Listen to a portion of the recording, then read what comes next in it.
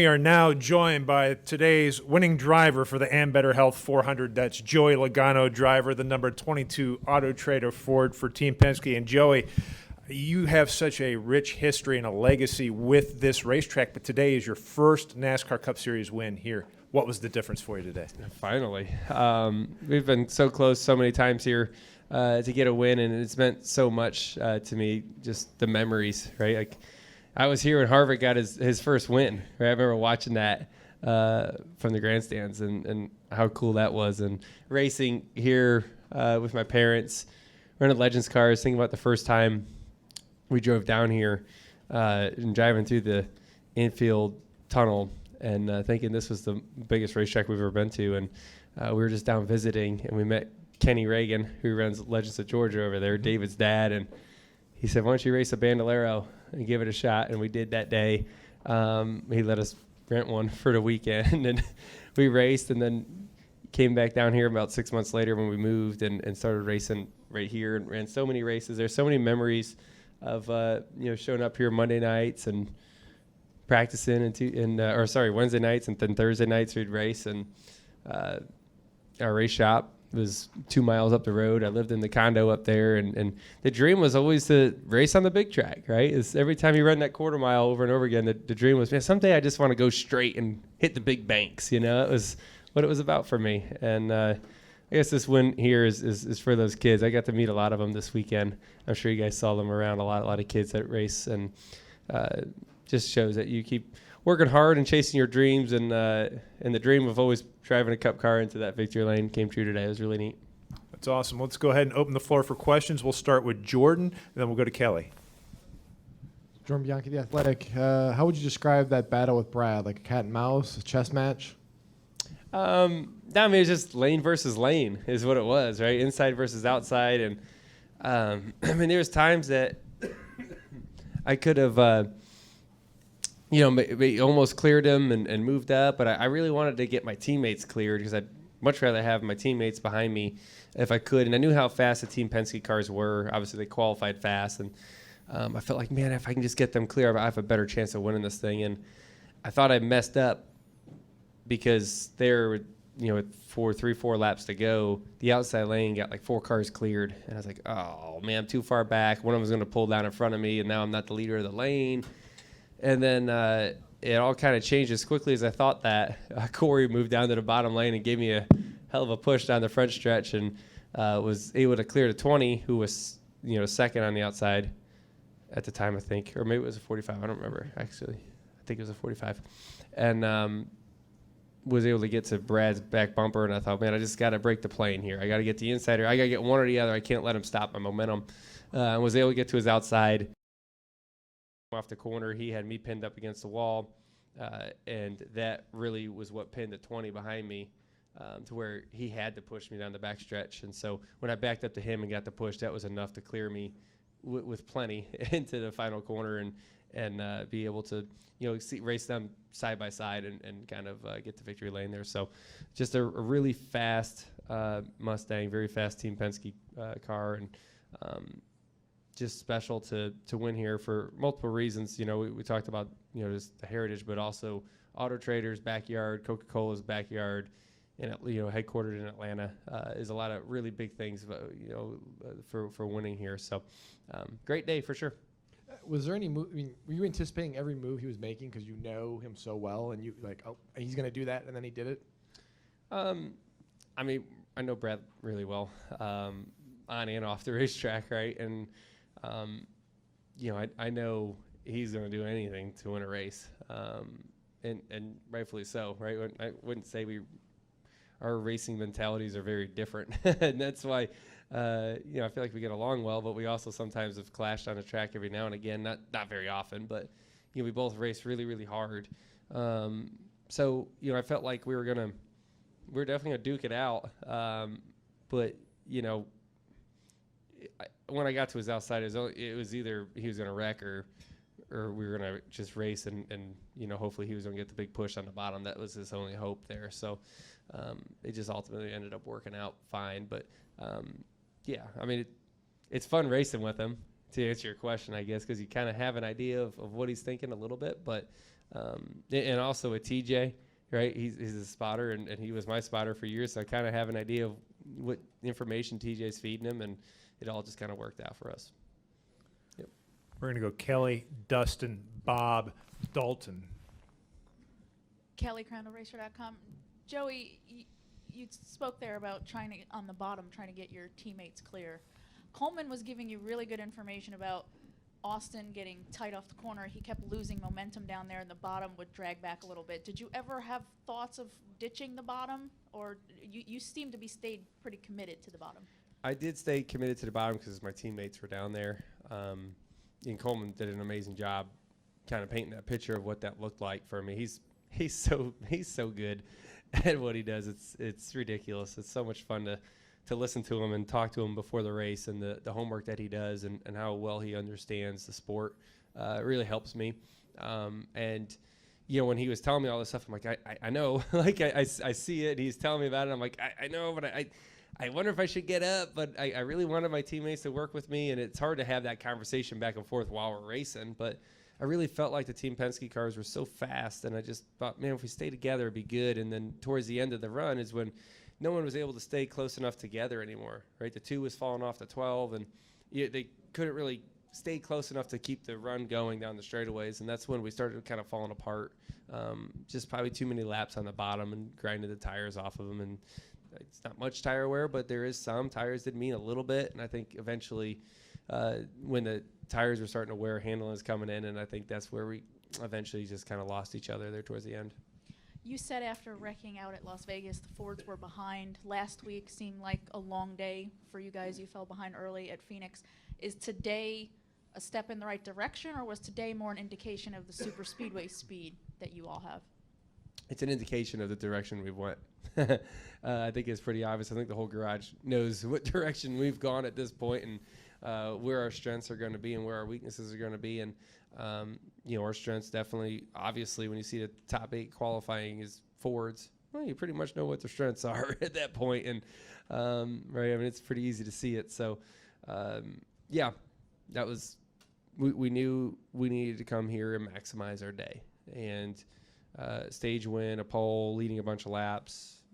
Almost had a second stage win if I didn't make a mistake there.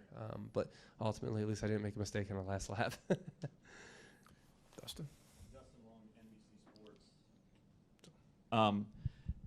Joey, after you got the push from Corey on the last lap on the bottom lane, you moved up to the top lane to get on the right side of Brad, and it seems like that there was just very little room to make that room to get up to the top, to get squeezed between Brad's car and Christopher Bell's car. Can you kind of take me through that, what you recall, and just how I mean, maybe that's just a move you just have to make, and why there wasn't a wreck at that point? Because how many times have we seen wrecks at the end of like super speedway type of races that go into double, triple overtimes because guys keep running into each other?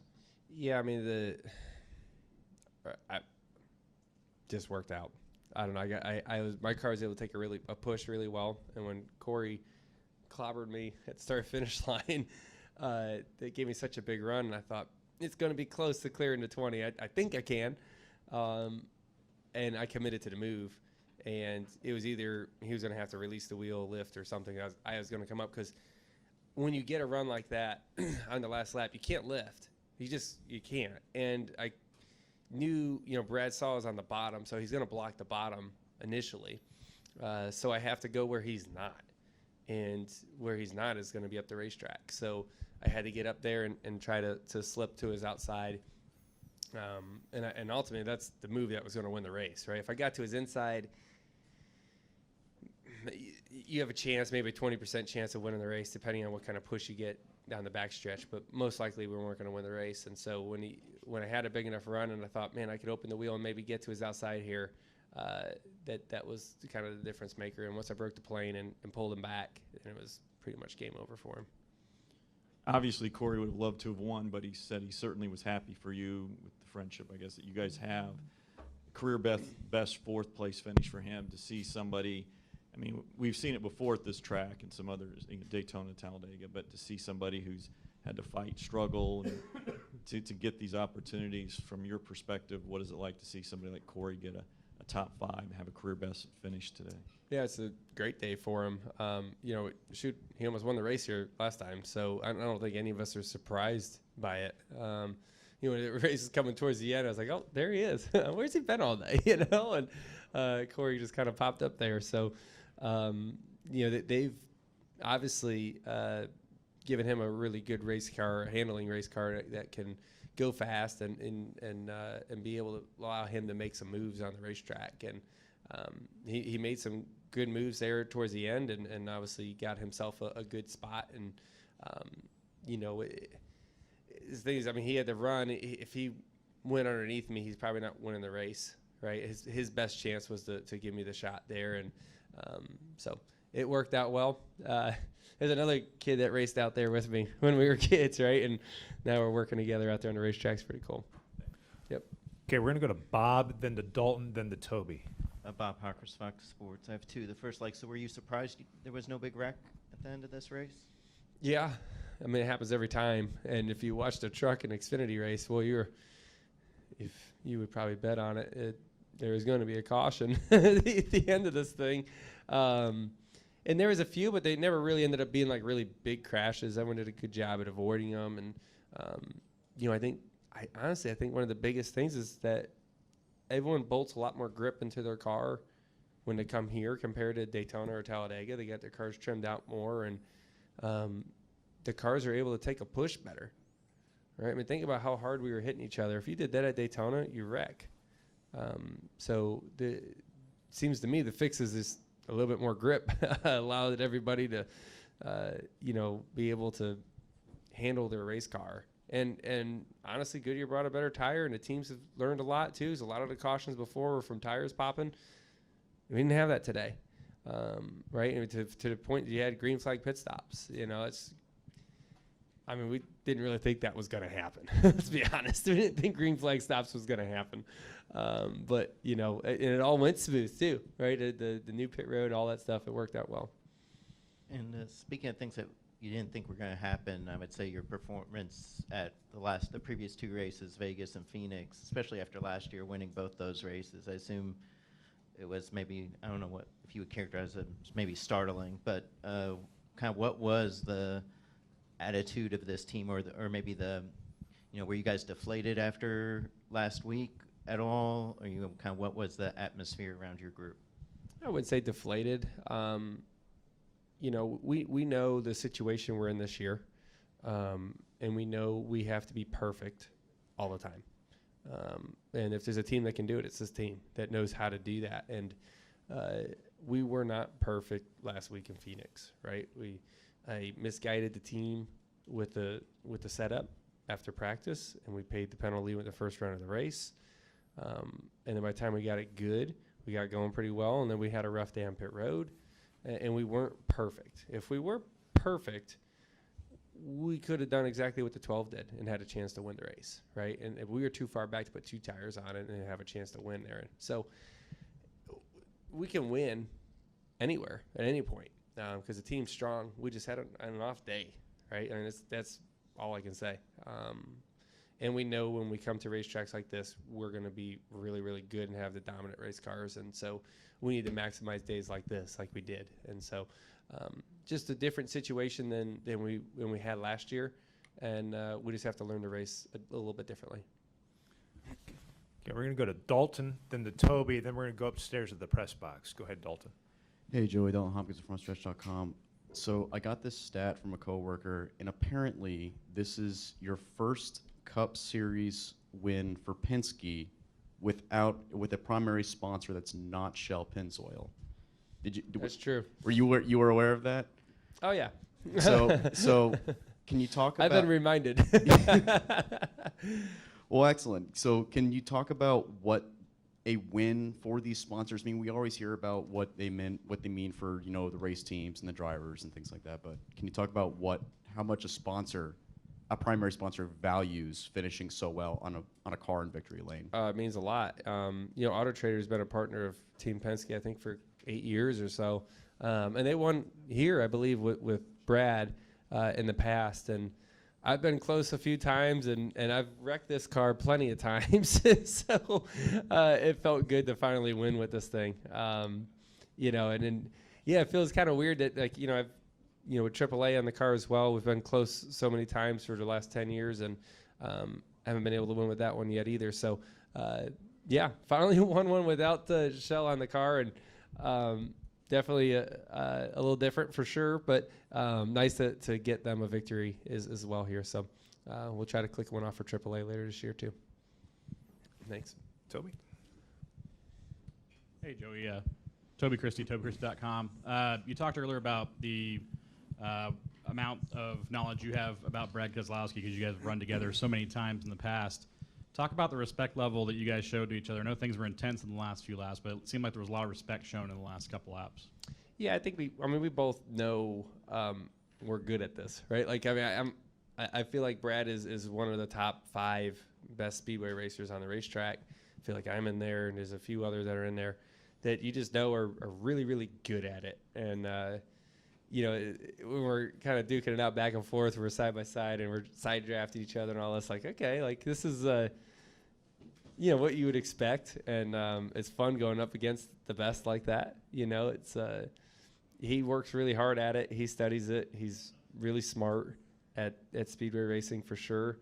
And, you know, when you think of driver and spotter combinations, you know, you're going against 2 of the best right there, right? And so whether it's TJ and Brad or myself and Coleman, you know, if I'm picking a couple pairings of people that understand a draft, those 2 groups are the best at it. And so it was fun to kind of go back and forth there at the end. And when you've had so many things on track in the past like you guys have had, is there like a nerve-wracking moment where you think if you do go over the line, you kind of, you know, get into a crash, that maybe he's going to be really mad at you? No. Okay. No, I don't think that thought went through my mind at all. I knew we were going to race the heck out of each other, and I think we both understand it. We want to win, and we kind of leave the feelings at the door. Okay, we're going to go upstairs to the press box for a couple questions before coming back down. Go ahead, press box. Hey, Joey, Jeff Hood of Racing Today. What were the emotions like when you turned around and the first person that came and greeted you was your father? That was cool. Obviously, I didn't see him coming, and I think that was neat to see that. There's been plenty of times he's run out to the start-finish line to give me a hug here, maybe 20-something years ago. So that was like I said, this was a kind of an emotional win when you think about just what the Atlanta Motor Speedway is all about to our family, and the memories that are made here. This is one that we'll definitely remember forever. So it's cool to have my dad here to celebrate with.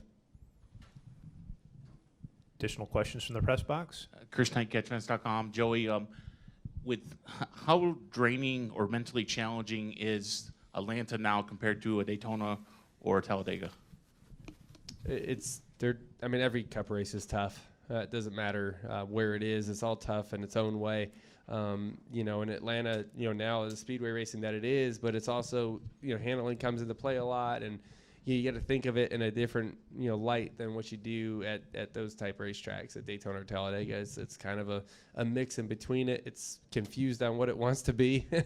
I'd say it's going through puberty. It's like an awkward stage. It doesn't know what it wants to be, but if it's a short track or a mile and a half, or it's a super speedway, it gets, you know, at times in the race, it feels like it's going back to a regular mile and a half as tires wear out, but then you put tires on and it's easy wide open and it changes the game. So you just got to be evolving and changing a lot as you go along with it. And yeah, mentally you're exhausted. You know, physically, maybe not the most physically demanding racetrack, but mentally, yeah, I'm shot. Okay, we're going to come back down to the floor here with Steve in the back and Steven in the black. Steve Connolly, the podium finish back here in the sunshine, Joey. Yeah. I know there's not many drivers that are going to say they're comfortable with speedway racing, but over a third of your super speedway finishes are inside of the top 10. Do you find a little bit of comfort racing this style? No. I don't think anyone feels comfortable when you line up for a super speedway. Because honestly, I mean, I feel like half the races I finish is what it feels like. So when you strap in and kind of feel like you got a 50-50 chance of seeing the checkered flag. It's not the most comforting feeling at all. And I'm not sure, typically there's not many drivers that really enjoy speedway racing, but I do get it from a fan's perspective. I sat up there in the Fox booth yesterday, and once everyone was done wrecking each other the first two stages, the last bit of that race was really entertaining. The Xfinity race I'm talking about, and this race, there wasn't many wrecks at all, and it was really solid racing. There was some interesting things going on. The stage going green and having green flag cycles, that's pretty interesting to see how that played out. And then the race in the final stage was super intense, but cars were in the fence and cars were sliding up, making mistakes, all this stuff going on. We just didn't crash, which was amazing and much better than what it was last time we were here. And given the start to the season, Chevrolet obviously domination, but you talked earlier about the speed that the Fords have had. What does this mean to finally be able to put Ford in victory lane and do it here at Atlanta? Yeah, I mean, it's great to get a win for Ford early in the season, get into playoffs. That's huge. You can go race aggressively. And like I said, we know what tracks we need to maximize. This is definitely one of them, and we were able to do that. Yep. Stephen? Stephen in the Black, Stephen Toronto, CBS Sports. Joey, you referenced all your memories here, racing legends, cars, and bandoleros. Were there any races on that quarter mile that resembled anything like that last lap today? No, because the racing's so different. I just can't draft a bandolero very much. But I think maybe the coolest things, you think about the garage today and how many of them started right here, right? Or raced here at some point, right? On my team, Coleman raced out here. I got videos of us racing each other out there. It's just cool, right? You think of Brandon McReynolds, he's spotting. He started here. Austin Hill won yesterday. He raced out here, right? I mean, there's so many. David Reagan, Reed Sorensen, the pitcher over there. Right? I mean, it's pretty neat to see the success of young racers that raced here and how they're still in the sport today or made an impact in the sport at one point. I mean, that says a lot about the program that Ken Reagan's running here. He does a tremendous job at really giving these kids a good opportunity to help guiding the parents. I mean, it's not just the kids, right? Like, I'm realizing this now as I get older, and my son's run one race. I thought, oh my gosh, the amount of work it takes as a parent to get the car ready and get it here, and that's a hell of a commitment. I was like, I don't know if I'm quite ready for all this. It's a lot, and so for the whole family. So it's a big deal, and to, like I said, to see that those kids were racing out here, at the time for fun, and they made a career out of it. It's pretty cool. And you referenced yesterday, I think, on the Xfinity Series broadcast, you stopped and you talked to a couple of kids who were racing legends here now. Was there any particular conversation that you had with them that stuck out to you? No, it honestly just brings back a lot of memories, because I remember, coming here for Cup weekend, and I'd walk around hoping to meet, drivers or an owner, and hope that maybe they know my name, and someday, they'll remember that they met me, and maybe that helped me get a chance to drive a Cup car someday, right? Like, it was a thought, and that's why it's always such a big deal. We raced, on Cup weekend out there, and you hope that the big guys were watching you, and a lot of times they were, and so that was always a special thing, and obviously their race got rained out this weekend, unfortunately, but. The memories of talking to the kids, right? And they had their hero cards. They signed me hero. I got 3 hero cards from these kids this weekend, and they signed it for me and all that. And so, you know what? Someday I may be racing against them, right? I mean, it doesn't take too long.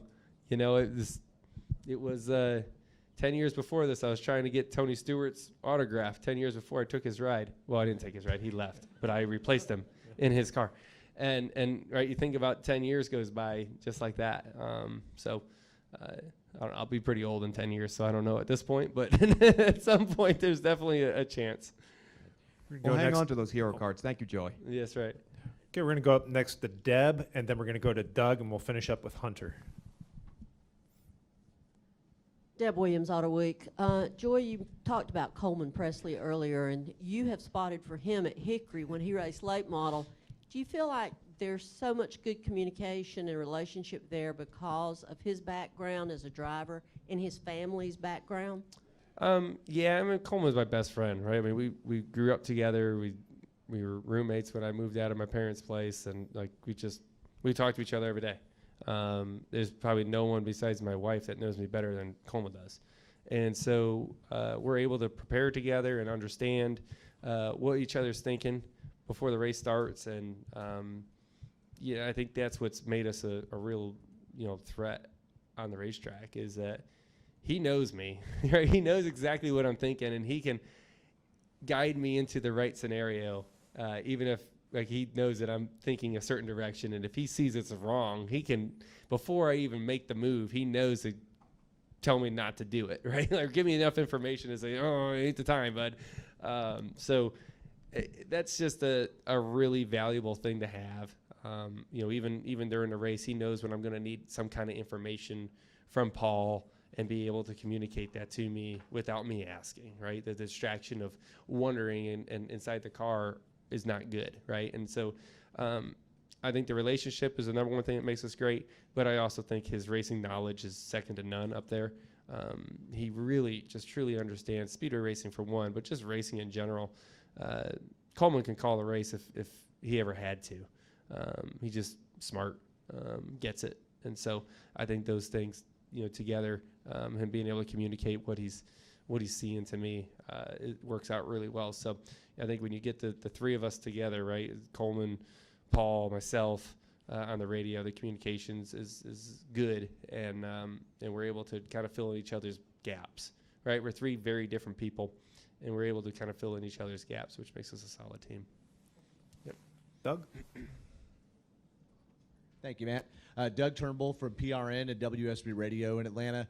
Coming into the race, there was all this talk about that turn 3 start of pit road, and it actually got tested under scheduled green flag stops, and I believe that was a sequence that may have gotten you all a little bit further back. I'm not sure, but what was that like, trying to take that long pit road under green and managing the lights, and did it make you nervous when you realized you were coming on that lap 130-ish window there?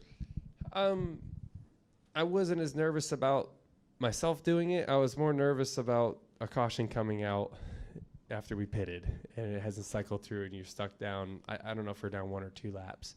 But that was more I think we were down 1, but the leader was right behind me. And we still cycled out to the lead on that whole thing. But it was fine. Just, you can't make a mistake, because rolling down another time is like the death penalty. That's a tough one to overcome in the race, which Blaney was able to overcome, actually, which I didn't think was possible. So it ended up working out for him, but it ended up working out, right? I mean, if we had green flag stops with the old pit road, I'm not sure we'd get through a cycle, right? Because where everyone had to slow down is in the middle of the draft, and it would have been a mess. So kudos to NASCAR for realizing there's an issue with the racetrack, and we needed to come up with some kind of fix for that scenario, and it actually happened. So I'm glad we did something, and it ended up working out just fine. We'll wrap up here with Hunter. Hey, Joey, Hunter Thomas with thefourthturn.com. For kids that are wanting to be like you, how important is it to start off in the bandos and the legends rather than just jumping to a late model stock or a super late model? I mean, it probably depends on your age, but I think it's just a good way to learn the basics of racing, right? I mean, I always say this is your college education in a way, right? I say it when I have an RCD. And what's that mean? I have a race car driver, right? I don't have a PhD, but I got an RCD, and that comes from years of racing and actually going out there and doing it. Learning about your race car, working on your race car, learning the craft out there, but most importantly, having fun, right? I mean, that's the biggest thing. When you're racing out here at this level, don't make it too serious, right? I mean, you need to try hard, don't get me wrong, but you need to enjoy it and have fun, because you never know when that's going to end, right? Not everyone gets the opportunity to drive a race car, right? And you get to push your car as hard as you possibly can and race it, right? That's cool, and you never know when that's going to end. So you got to always enjoy what you're doing. If you don't enjoy it, stop, because that's the most fun you're ever going to have driving race cars right here. Right? I mean, because eventually it turns into a job. And don't get me wrong, I love my job, but there's a lot more that goes into this at this point than just going and having fun. It's not a hobby anymore. And at that level, it should be a hobby. It should be fun and something you do with your family and to enjoy that. But also take the opportunity to learn as much as possible to work on your RCD. Yep. Well, Joey, congratulations on the victory and good luck next week in Austin, Texas, Circuit of the Americas. Thank you very much. See you there.